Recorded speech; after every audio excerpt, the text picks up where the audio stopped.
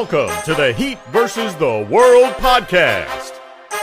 And now, stand up and make some noise for your host, Joel Jacob.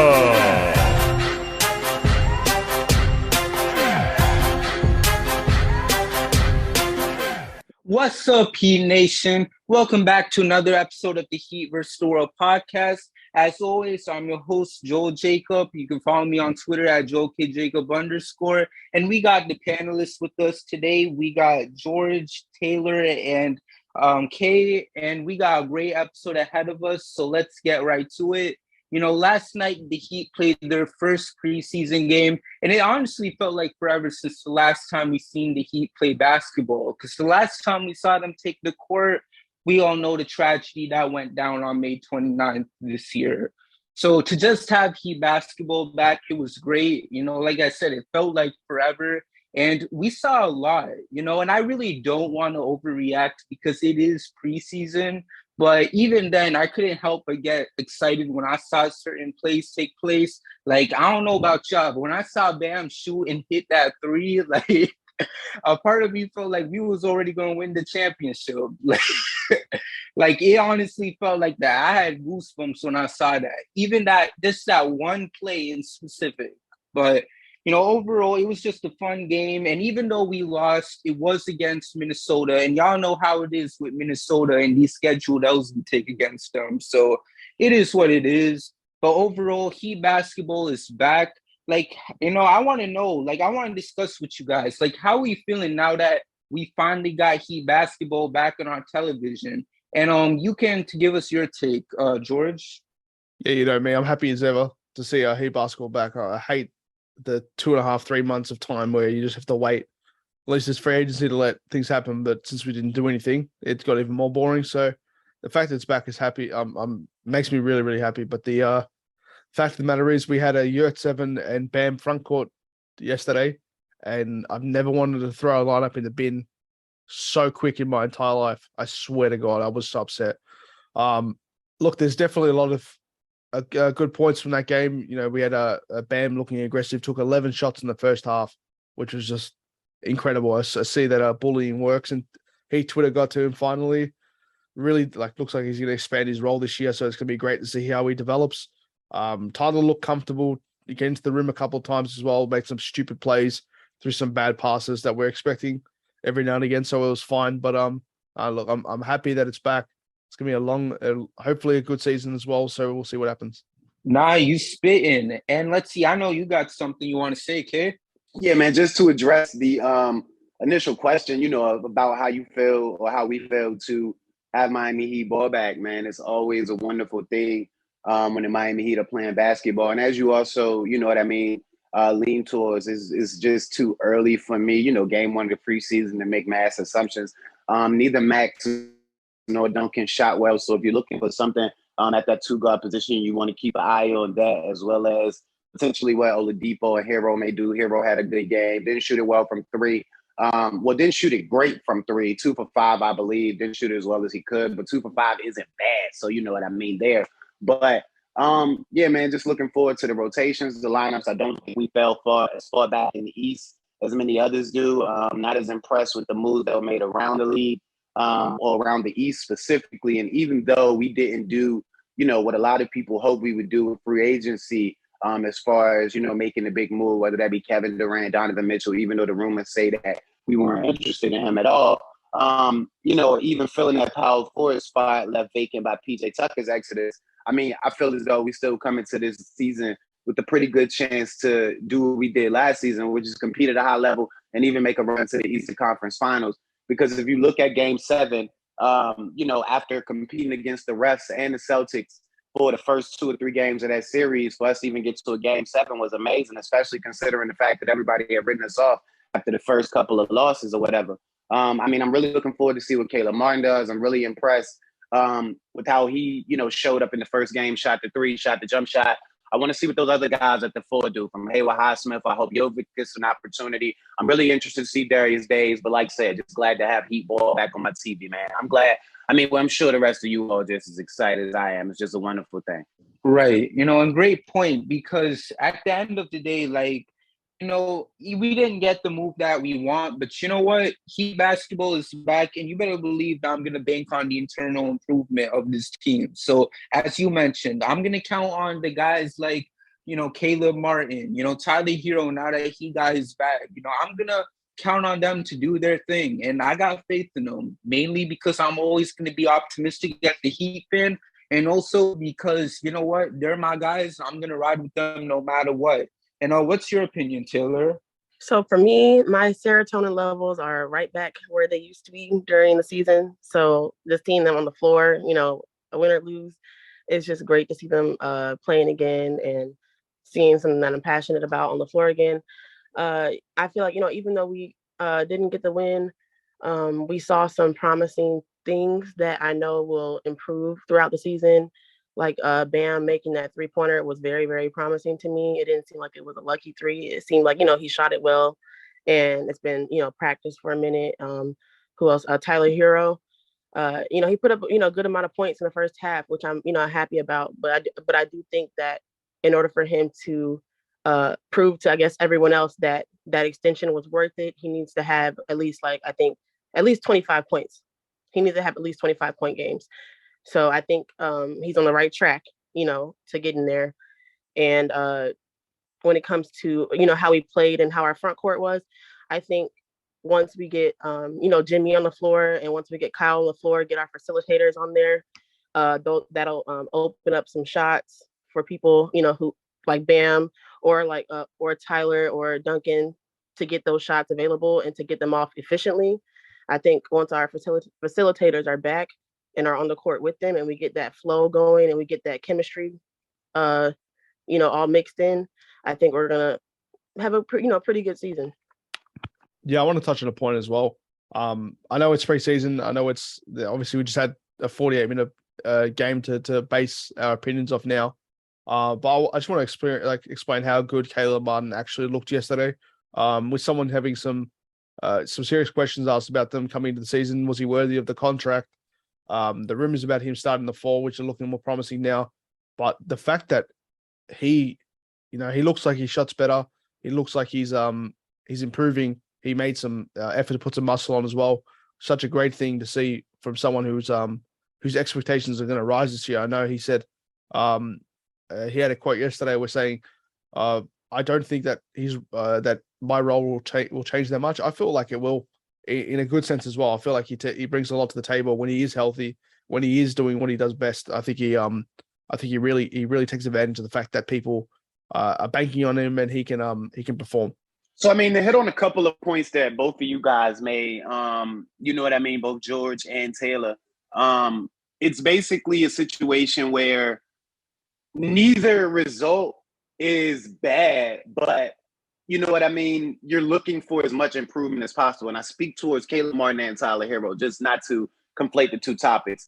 Back to Taylor real quick. 25 per game. I'm not sure if he'll get there. It's not because he's not capable of the shots won't be there. It's just that when you look at what you might get from Victor Oladipo, this team is really deep when you consider the wings and the guard. So I actually said 23 a game yesterday or the day before that in a piece that I wrote for All You Can Eat. As you guys know, I'm actually the site expert over there too. So a piece that I wrote on the message to him after the extension is that, you're a starter on 28 other teams minimally in the league. And the money we gave you says that, just not here because of how we most efficiently and explosively operate right now. But you still need to go get me 23 a game. And not that the 25 isn't a feasible number. Not that I'm saying you're wrong, because 25, he's fully capable at it, should be doing that on any other team. It's just that with the depth of this team at the guard position and the wing position, especially when you consider Oladipo, when you consider Caleb Martin, Gabe Vincent, when you consider Max Strus, hopefully Duncan Robinson has a revival if he isn't moved before by the trade deadline. It's just not going to be a ton of opportunity for him to just be, a 25, 30-point guy every night. But I do agree with you there for the most part. As far as Caleb Martin goes, I think that he's been showing this evolution for the better part of a year now. If you look towards the middle of last year, even towards the end of last year, by the way, I had begun to note it. If you notice, just with like the intermingling injury, whether that be Jimmy, whether that be PJ, whether that be Dwayne Dedmon sitting out, and just how the lineups were spliced in, you could always see this transition or this permanent residency at the 4 spot happening for Caleb Martin. And not that I thought PJ Tucker wouldn't be there beyond last season. Of course, I hope that he would because he was so key. But let's not talk about that because he's the enemy now. But I always saw that 4 spot being something that Caleb Martin could grow into at a very rapid pace, because not only does he get it done in a very dirty work but intangible type of manner, but he's versatile in the fact that he can give you something in all areas of play, whether that be defense, rebounding, in the passing lanes, offense. But he's able to guard guys that typical wings his size isn't. And whether that's due to his explosiveness, his willing to work, or whatever, you could see that happening from him. So just everything you mentioned, along with the versatility on offense, the added muscle, I really think that he's going to thrive in that role. And I wrote that recently, too, prior to last night when they played the Timberwolves. He deserves the first crack at that role because he's earned it. And if he continues on the trajectory that it looks that he's on, based on what we've seen thus far in last night with his ability to hit the jump shot, then he's going to be the guy there. And I'm going to be satisfied with that because I like what he brings and the fact that he's always going to work hard. So I guess when it comes to Tyler Hero and the points that we're expecting from him, I definitely agree about, him may not being able to do 25 points a game. But I feel like if he has that mindset of a high scoring mindset every single game, he may not get there, but that'll ignite that aggressiveness.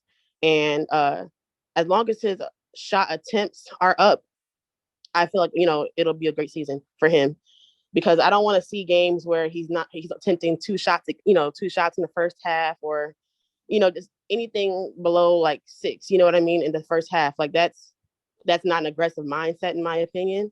So I feel like he needs to have just a scoring mindset every single game, just so he can have a successful performance.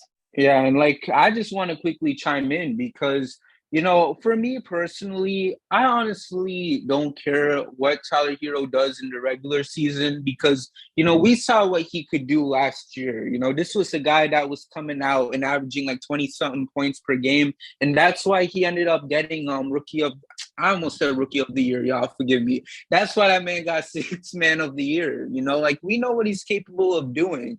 I just want to see it in the playoffs, which is why at the end of the day, whatever he does from October all the way till April, when the regular season ends, it's not going to matter to me too much. Obviously, I hope he plays his best so we could win as much games as possible and get the highest seed we could possibly get. But I'm not really focused on the way how he plays until the playoffs, because I need to know, is he going to be there averaging the 20-something points per game that win a championship with? Is Jimmy going to have that additional 20-point score that he can count on so that it doesn't seem like he's trying to carry the offense? Because at the end of the day, that was the huge problem in the playoffs last year, because you had a guy like Jimmy who was averaging, 27 points per game. And then the second best scorer for us was only averaging 14. And you can't have that much of a gap between your first and second best scorer on a playoff team and expect to win a championship, So overall, I just want to see what Tyler can do in the playoffs. I already seen everything I need to see, regarding what he can do in the 82 games that are about to come up. I just need to know that he can be there for us when it's time to win the 16 games that matter the most. But aside from that, let's see. Kay, you want to chime in real quick? Yeah, absolutely. Just to touch back on the point and tie a bow around what me and Taylor were discussing, I completely agree with you. There should be no world where Tyler Hero is averaging less than 15 field goal attempts per game. Anything from 14.5 on upward, I'm cool with. The man was a top 25 scorer for much of last season. So when you have that on your team, and especially after you just paid him, and you're a team that tends to go on offensive laws, whether that be in the middle of the game, the end of games, to begin games, and you have periods where you can't hit a shot, There should be no world, no time, no existence, no frame, no situation where Tyler Hero isn't taking 15 shots a game minimum. He should average that. Like I said, 14.5 and upward, and everything above that as efficiently as possible, the better. I agree with you, Taylor. Just saying there's no discrepancy in how we feel there. We're on the same page. And I was going to that playoff thing next, Joel. You're right, but I do want to be fair to the guy. He has been banged up, and yeah, the only thing we've seen outside of that Boston thing in the bubble is a couple of spurts here and there. And I agree with you too. He does have to step up and show us that he's the same guy in the playoffs that he is in the regular season. I also just want to be fair about it. Last year, if he were there and healthy, you could say the same thing about Kyle Lowry.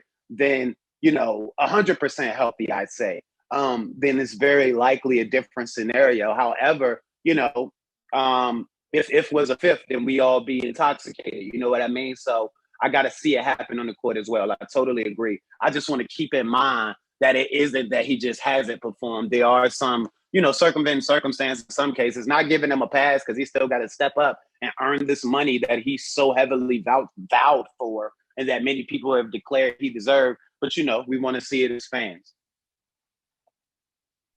Oh yeah, I agree. And the thing for me is like, and I get the injuries and everything.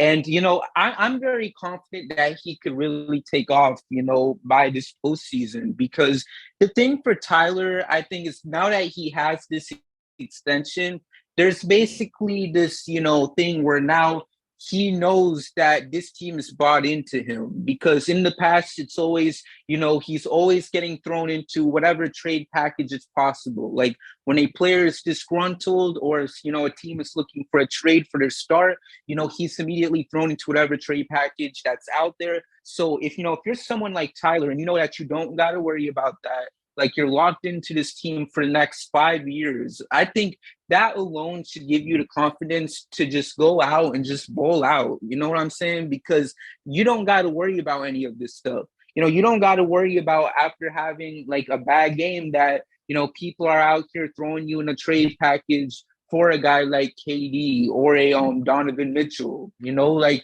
just simply go out and play your best basketball. Just don't worry about anything. And, I see what you put in the chat, Taylor, like keep that same energy. So, and that's the thing. So, if I'm Tyler, just do what you could do in the regular season. I get it. The injuries were a thing. So, just try to be healthy come these 16 games.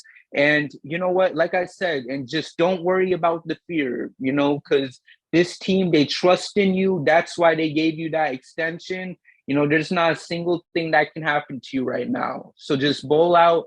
There's no trade rumors to think about, and just go from there.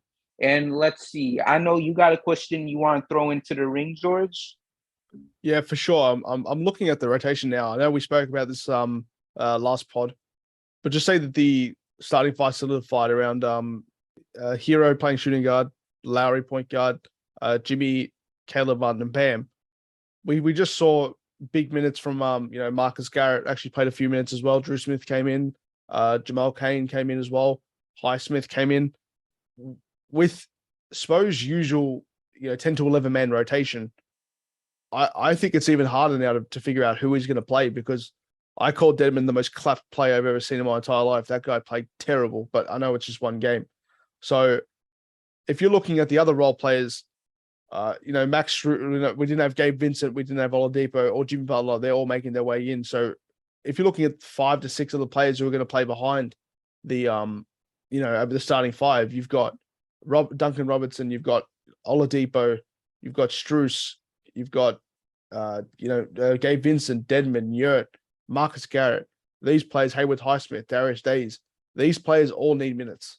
So I just want to know from you guys, who do you think is going to be cut out of the rotation? I mean, just to be frank, man, I have to ask a couple of questions. Are we sure Tyler Hero is going to start? That's the first question. And the second question would be, are we sure that's what we want?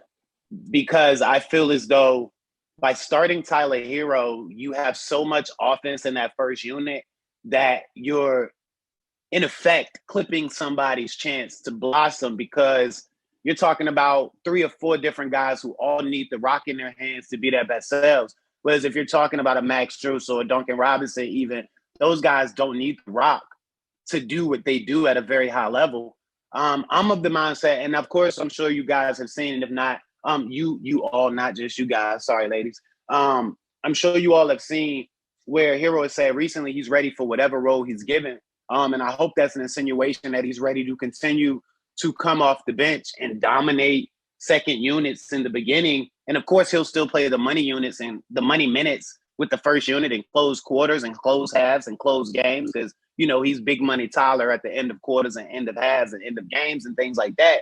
But why not have two starting caliber units, considering the fact that you can have either Duncan, Depot, and Tyler off the bench or Max, Depot, and Tyler off the bench, which is a starting unit, maybe on the middle of the pack to bottom tier team. But if that's your second unit, then I think you're winning. And why clip anybody's, you know, chance to blossom by putting them in a unit where they're not going to get rain over the rock? And that's another thing that I've been heavy on. When it comes to Depot and Tyler Hero specifically, rain over the rock, which means the amount of time that they're able to dominate the ball, the amount of time that they're able to operate the offense, the amount of time that they are the guy initiating from the top of the key is what's most important for both of those guys. And I think you get the most out of them by playing them both in the second unit. I 100% agree with you as well. I know you alluded to Hero starting or not. I think that the contract extension was a kind of a double-edged sword. It can be a good or bad thing for the Heat as well, because once you've paid him, there's no, if he's upset, he's upset if he's not starting, sort of thing like that. Like me personally, I'll dip on the starting line. That makes more sense having that, you know, someone develop as a scorer as well. We've seen him in the past do it in Indiana. I'm not saying he's at the same level as he was back then, but to offer so much more on the other side of the rock as well, to not just be a scorer like Hero is, but to offer, you know, a defensive leader in Victor Oladipo. Not that we need another one next to Jimmy. It's just nice to have someone else that can clamp up when we need him to. But Hero is only going to get better, in my opinion, playing in the starting lineup. I feel like he already showed that off the bench he's a great scorer. And me personally, I'd love to see him come off the bench again. I just don't know how well it's going to go over with him. But like I said before, how much does that actually matter? Now he's contracted. If he's upset, he's upset. It is what it is. But you want to keep your stars happy at the same time. And I don't see them paying him $33 million in 4 years if he's not intended to be a starter now. I feel like they'll go with that now. Moving towards the end of the season, it's going to be interesting to see if Tyler's performed to a level where they're happy to keep him in the starting lineup over players like Oladipo, like Max Strus as well. And we know, like, I'm just going to chuck a wild card out there. If Gabe Vincent starts to perform really, really well as well, and he takes another leap like he did last year, who knows if we won't be seeing him in the starting lineup as well. Like, that's just my thinking moving into it. But that goes along with the entire team. That's why I love this team. The fact that there's a lot of depth in it as well. There's a lot of ways we can move. Sideways, up, down, left, right. We can actually make a lot of moves in the rotation to give us a different outlook and help us on different sides of the ball. The only constant I see is that Duncan Robinson doesn't get any minutes in here. I know that Spo wants to give him every opportunity to flourish again and to really have a good year, just to bring that trade value back up, hopefully. But I just don't see him getting minutes in this rotation. The starting shooting guard is going to be a topic throughout the season, because regardless of if Hero starts it, we don't know how Spo's going to do it moving forward. So I guess I just have more of a question for you all more than a comment. So within that second unit, let's say perhaps it's Ty, Depot, and Strus coming in that second unit. What do you all feel like their specific role should be? Because I know like a lot of them are very interchangeable at times, but what do you think their specific roles could be just to make that to make the team successful? Because if they come in and, Tyler's, hopefully going to be getting at least 20 or something, and Jamie's going to, hopefully be scoring, Bam's going to be scoring. If they can't get their ball, if they can't get their hands on the ball to score, what should their role be? Or should it be like facilitating, so they focus more on defense? Should it be providing more energy? What do you all think their specific role should be? I think that you hit the nail on the head with your question, Taylor. Like, as far as Depot, and George kind of said it too. As far as Depot goes, he would be the most suited to play in the first lineup, because even if you're not getting that offensive potency out of him, what you need. I mean, and I'm sure he's adept now because he's just that good of a player to be able to play off ball and make some things happen. You're just not going to get full bang for your buck if you don't have the ball in Depot's hands. But as alluded to and as mentioned, he offers you so much more in other areas of the game. Intangibles work, and especially that defense. Shout out to Jalen Brown. I'm sure he's still having nightmares about what happened to him in the final with the conference finals. I mean, so that would probably be his role, but there isn't really a role for Tyler if he's not scoring the ball. I mean, he's shown that he can facilitate. I will say that he's an above average rebounder for guard, but if Tyler's in the game, you want that dude shooting his shots. So that's kind of why I say in that second unit, to be quite frank, with Strus being a guy that you want to do more on the ball because he has a lot more game than he's shown too, which is something that we'll talk about, I'm sure, as we move forward, because I love me some Max Strus. He just got to love himself as much as I love him. But anyway, he can play and operate off ball. So with Depot and Tyler in that second unit, those guys can kind of be like a your turn, my thing. And because Depot has traditionally been a guy that has played that point guard at a very high efficient level with Indiana some, with Orlando some even in OKC. I mean, you look at it as a situation where he can do that. But then if Tyler wants to bring the ball up the court, he can do it. But then, of course, as I mentioned, you splice those guys in with the first unit based on who needs a rest, what you might need, who's in the lineup, who's out of the lineup. But again, to just answer your question, Depot can do anything for you as far as defense with that first unit, intangible, the dirty stuff, and be a scorer on that second unit with rain over the rock. But if Tyler's not scoring, I don't know if there's a role I want for him. I agree with that because I feel like the reason we gave him the extension was because of his scoring abilities.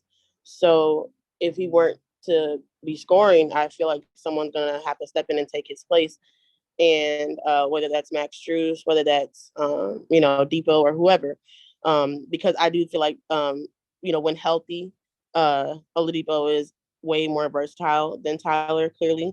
So as long as Tyler steps up, whether he has that starting position or he's coming off the bench, I feel like he just needs to execute and he'll, have whatever role he becomes, during the season, he'll have that secured.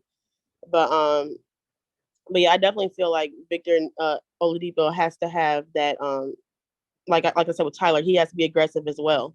And that second unit has to come in with that same energy. So I guess that's what we have to look at. Who's going to come in with the same energy?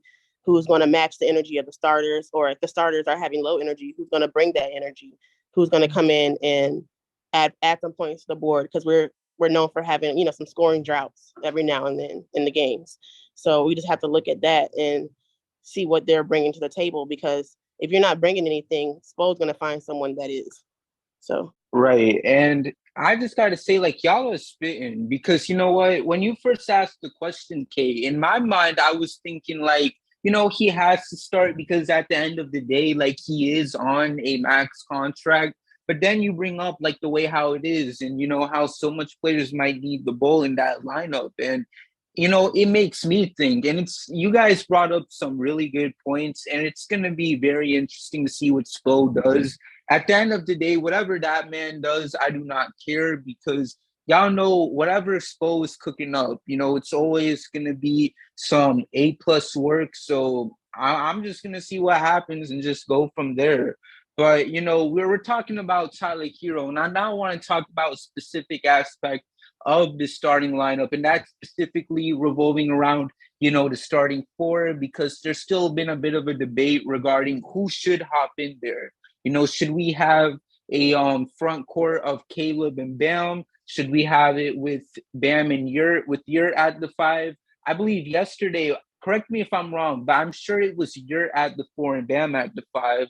So that's another possibility to put out there. Also, another thing to throw up in there is maybe other players you got in mind. Like some people want to say that maybe Strus should be the 4. I don't know about that, but there's that too. Like, is there any idea you guys have in mind regarding what that starting front court should be? Who wants to take this one?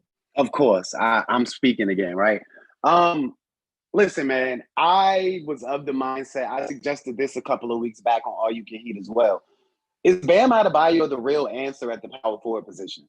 Now, I know that is a paradox when thinking about the high praise I gave Caleb Martin earlier, but both things can be true. If you want to go with a more traditional lineup in respect to what the Miami Heat have done over the last couple of years, then Caleb Martin is your answer, hands down. And he deserves that opportunity. Again, not to rehash all of that, but after what I saw in the first preseason game, I want to see more. But if you're going to go with what we saw last night and what you just mentioned, Joe, with the two bigs at the 4 and the 5, then I think you'll see a combination of either Bam and Yurt or Bam and Dedmon.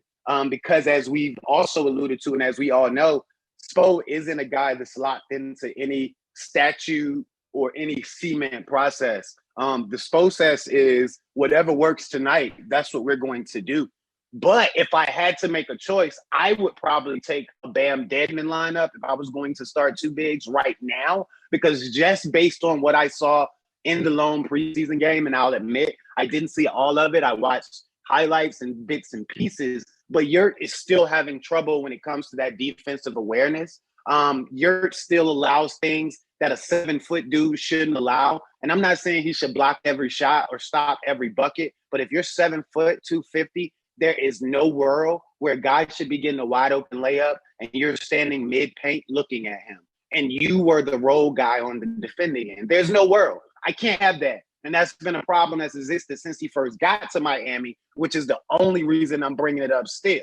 So if I had to choose a two-big lineup, it would be Dedmon. Now, let me throw a wild card in there. He only got 7 minutes last night, so if I was going to try to make that case, it isn't looking good right now. I wouldn't mind seeing a Jovic Bam lineup. And I forgot to mention this with Yurt and Bam to address your question, Joe. They were interchangeable. Neither was the 4 and neither was the 5. Depending on where they lined up in the break, that's who played the 4, that's who lined up on the outside, and that's who lined up on the block. But I like to see that same situation with whoever he's playing with, because as we got to remember, if we had to choose one of our bigs that was the best three-point shooter, it's probably Dwayne Dedmon. But when you throw a Jovic in there, if he can catch up and get up to speed, his versatility would also allow him to be interchangeable. So you can go either way with it. I wouldn't be mad. Again, I trust Spo.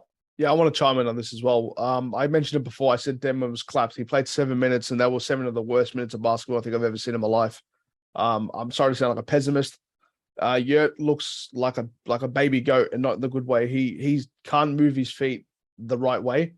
Hopefully, it takes some experience, some time from him to really improve. Just an overall, big man. If he plays like he's a frail 6'2", but he's 7 foot 250. You need to absolutely be enforcing yourself in the paint. But I feel like it might come with some confidence as well. We saw Spo run that 2 big man lineup last year. I feel like it's situational. It was more.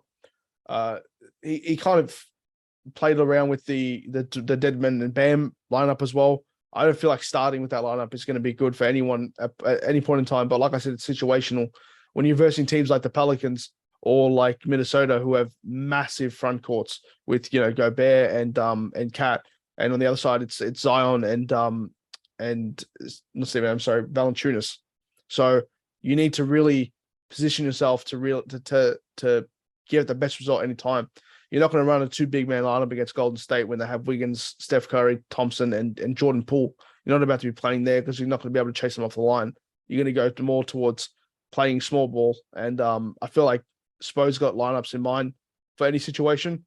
But look, Bam's the only constant. Keeping him at the 5 is probably the best moving forward, because it takes a lot of the pressure off whoever's coming in as well, unless it's Dedmon. Dedmon just needs to sit in the paint, hit a trail 3 and block some shots. That's what he does. He's there to get fouls when we need him to. But look, I'm a bit less pessimistic than I was moving in. I feel like there's definitely ways we can position ourselves to get the best result. I thought that size was a problem. That would be a problem if we started Jovic. Jovic just looks tiny in the sense of like he needs to get some minutes under him, get some time in the weight room to really fill out that build. Because if he was, if he had a 20 or 30 pounds of muscle and fat onto that frame, he'd be insane, because he already can shoot the rock. We know that. Just needs more time. Hopefully putting him in the G League can help him a little bit. I feel like that's where they're going to go with him. But regardless, I'd love to see what Spo's going to chuck out there. I agree with everything you said. I really don't have anything to add. Again, 1,000% agree with everything you said, and the people seem to want to hear from Joel, so I'll move out the way quickly and let him talk. But matchup wise, I say this: we might need to start a Jovic, Bam, Yurt or Dedmon lineup if what I'm looking at down in Orlando is true, because I saw a report that they're experimenting with the Paolo, Bobo, Wendell Carter lineup. I'm just saying. Yeah, and to hop in there, I mean, I agree too, because like some of these front courts that you're looking at in the NBA, like they're honestly interesting to look at. Like, for example, one lineup that I was really hoping to see yesterday that we didn't was, seeing that front court of Cat and Gobert, because I would have wanted to see what the Heat would have put up against those two specifically. And, while we did have Yurt and Bam in our front court, I don't know if that would have been the lineup if those two were playing, but that is something to think about. And overall, like, I'm gonna just go back to my own question real quick and say this. The main person that I feel like I would start at the 4 is probably Caleb. Like, it all depends on, the type of lineup you're going against. So, like you mentioned, Kay, because, if we're going up against a team, I'm not really too worried about Orlando, but like if it's a team like, like I said, Minnesota, where they got that front court of, friggin' Cat and Gobert, I would definitely consider maybe switching up the lineup a bit just to match up with their size. And, that's something to look at. But, overall, it just goes back to what Spo's going to do, because we know he has no problem in switching up the lineups.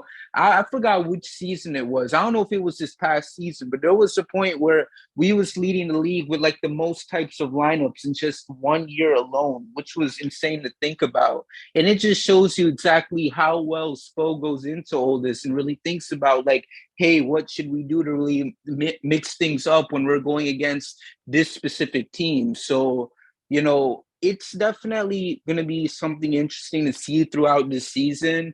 And like, I'm a little skeptical with some of the bigs we got, because I know I don't want to overreact because, this is preseason, but I still think could still use a little more work. And when it comes to Dedmon, I mean, I'm not going to lie with y'all. I'm mentally done with Dedmon, all right? Because, I don't know if y'all saw, like, what this man would do, like, in the playoffs. Like, this dude would just foul everyone, and it would get to the point where we'd be almost near the bonus situation. So, honestly, I just don't know what to say about him. Like, really, I just look at Yurt and be like, okay, you're our main big after Bam. So, like, you just got to go out and do what you got to do. And even then, I'm still a bit skeptical about him. So, for me, when it comes to the lineup, I'm mainly looking at Caleb as the number one answer for the 4 with Bam at the 5. But yeah, if down the line, if we're going against teams that, they got some interesting front courts, I'm going to just leave that up to Spo and see if he wants to mix things up. Yeah, I agree. I feel like Spo is, he has a lot of respect around the league, and, what he's done in the past with different lineups that he's had. He's a genius when it comes to this stuff. So, there are some decisions sometimes where I don't understand completely what he was thinking, but I know when it comes to that stuff, he knows what he's doing, because, like we saw back in the day, he, to everyone else, it looked like a whole bunch of nobodies, on the court, before they proved themselves, but he made those lineups work. And so, now those, names are huge names like Norris Cole, like all them, like people looked at them like they were nobodies, but Spo, put them in the right positions, put them with the right people, and put them with the right lineups. And now that, they're big names. So I feel like as long as we just trust in Spo, we trust, he'll